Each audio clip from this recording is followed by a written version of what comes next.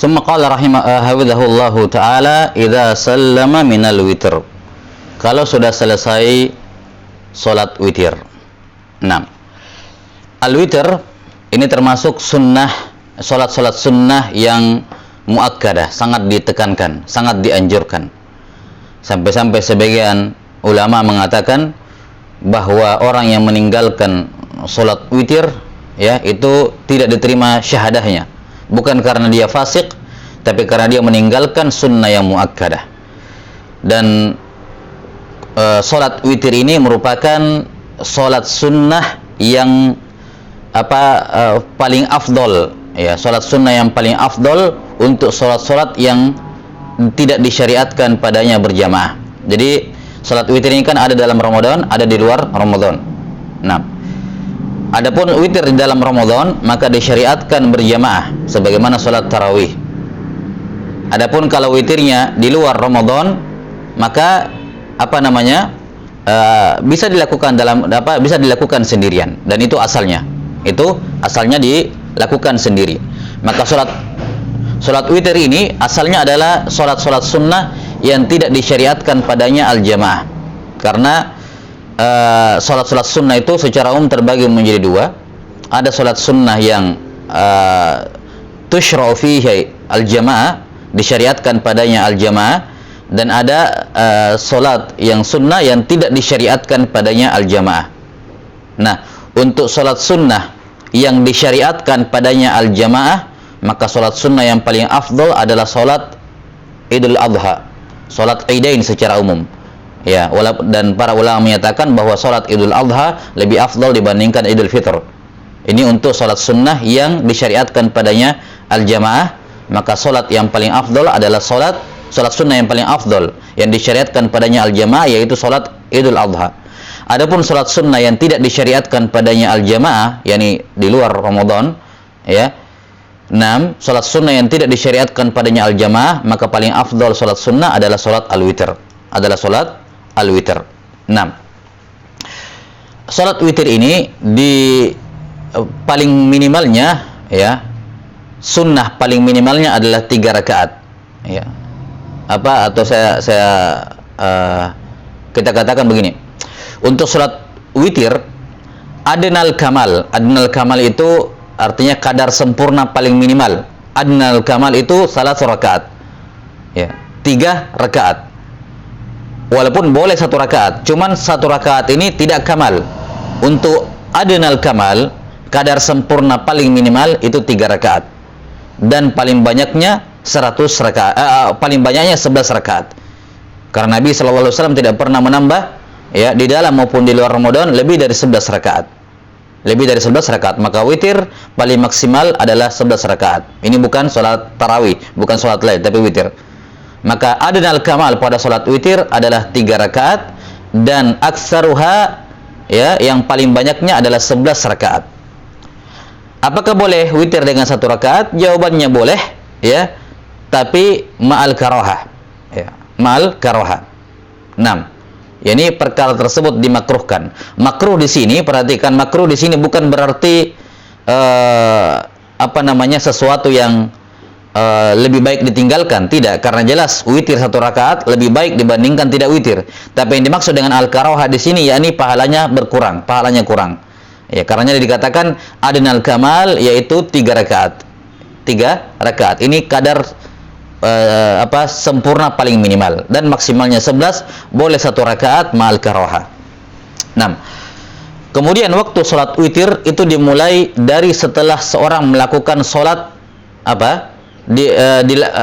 dimulai setelah seorang melakukan salat Isya dan berakhir dengan terbitnya fajar yang kedua, yakni masuknya salat subuh. Ya. Jadi patokannya adalah setelah selesai salat Isya. Maka kalau seorang melakukan jamak takdim Isya ditarik ke maghrib, maka setelah dia melakukan salat Isya, maka dia sudah boleh witir walaupun dia masih dalam waktu maghrib. Kenapa? Karena dia sudah salat Isya, bagi dirinya sudah boleh salat al-witr. Nah, demikian pula kalau ada yang mempertanyakan, apakah boleh saya salat witir dulu baru salat qobliyah Isya? Misalnya saya salat Isya pada waktunya. Setelah selesai salat Isya, Ya, saya pulang ke rumah masalan, saya belum sholat ba'diyah. Apakah boleh saya sholat witir dulu, baru sholat ba'diyah? Jawabannya boleh. Jawabannya boleh. Karena sunnah ba'diyah, rawatib ba'diyah itu waktunya, akhir waktunya adalah sampai keluar waktu sholat tersebut. Yani sampai masuk waktu sholat berikutnya. Maka ba'diyah isya bisa dilakukan selama belum masuk sholat subuh. Karena itulah boleh dia diundurkan. Sementara sholat witir, kalau dia mau kerjakan setelah sholat isya, silakan dia kerjakan, baru setelah itu dia lakukan ba'diyah al-isya. Walaupun tentunya al-aula mengikuti tertib, tapi itu tidak ada masalah, boleh. Karena waktu ba'diyah isya itu panjang. Taib. Jadi intinya sholat witir dilakukan waktu mulainya adalah setelah sholat al-isya. Setelah sholat al-isya. Nah, kita lihat di sini hadis yang beliau bawakan. Qala hafidhahullahu ta'ala idza sallama minal witr. Kalau seseorang selesai atau mengucapkan salam dari witir, apa zikirnya? Baik. Ini zikir setelah witir ini merupakan satu dari dua tempat, ya. Satu dari dua tempat dari zikir-zikir setelah sholat sunnah, ya, setelah sholat sunnah. Nah,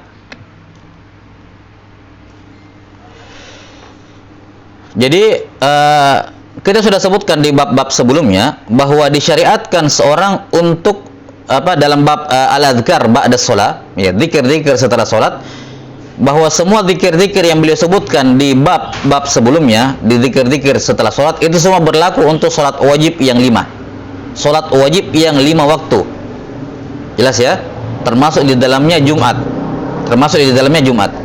Adapun selain dari sholat wajib, maka tidak ada zikir khusus untuk sholat sunnah. Semua sholat sunnah, baik sholat sunnah yang disyariatkan berjamaah seperti sholat idain, ya, atau sholat kusuf wal khusuf dan semacamnya, ataupun sholat sunnah yang tidak disyariatkan padanya berjamaah seperti qabliyah, ba'diyah, baik yang terikat dengan waktu atau terikat dengan sebab, ataupun sholat sunnah mutlak, tidak ada zikir setelahnya, kecuali 2 jenis sholat sunnah yang ada zikirnya. Hanya 2 sholat sunnah yang ada zikir khususnya. Yang pertama adalah zikir setelah witir, ya, dan yang kedua zikir setelah sholat duha. Zikir setelah sholat al-duha. Nah, adapun zikir setelah sholat duha, ya, ini hadisnya diriwayatkan oleh Imam An-Nasa'i rahimahullah, ya, bahwa seorang yang sudah mengucapkan atau sudah selesai sholat duha, maka dianjurkan untuk membaca Allahumma ghfirli wa tub alayya innaka antat tawwabul ghafur. Allahumma ghfirli wa tub alayya innaka antat tawwabul ghafur, disyariatkan sebanyak 100 kali, diulangi sebanyak 100 kali. Nah, jelas sampai sini. Ini zikir setelah sholat sunnah yang pertama, ya, ini sholat duha. Kemudian yang kedua adalah zikir setelah witir. Nah, ini yang disebutkan oleh beliau di bab ini. Nih, selain dari 2 sholat ini, maka tidak ada zikir setelah sholat sunnah. Ya, nanti akan disebutkan tentang sholat istikharah setelah ini. Qala hafidhahullah, kana an-nabiy sallallahu alaihi wasallam idza sallama minal witr qala subhanal malikil quddusi qalaha thalathan wa yarfa'u sautahu bisalitsah. Ya. Bahwa Nabi sallallahu alaihi wasallam kalau beliau mengucapkan salam dari witir, maka zikir atau lafaz yang pertama kali beliau baca adalah subhanal malikil quddus. Atau zikir yang beliau baca adalah subhana al malikil quddus. Maha suci Tuhanku yang maha menguasai lagi maha suci. Ya, maha mulia. Salasan. Ini salasan adalah bentuk ikhtisar dalam periwayatan. Kenapa? Karena tentunya Nabi SAW ketika mengucapkan hadis ini, beliau tidak mengatakan Subhanal Malikil Quddus salasan, melainkan Nabi mengulangi 3 kali kalimat ini.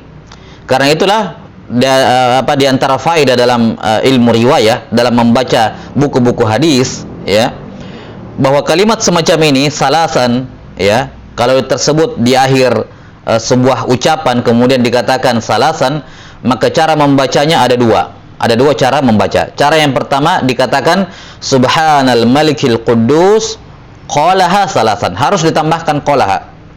Ya. harus dikatambahkan qala, yakni beliau mengucapkan itu sebanyak 3 kali. Kita katakan qalaha salatan. Ini dibolehkan.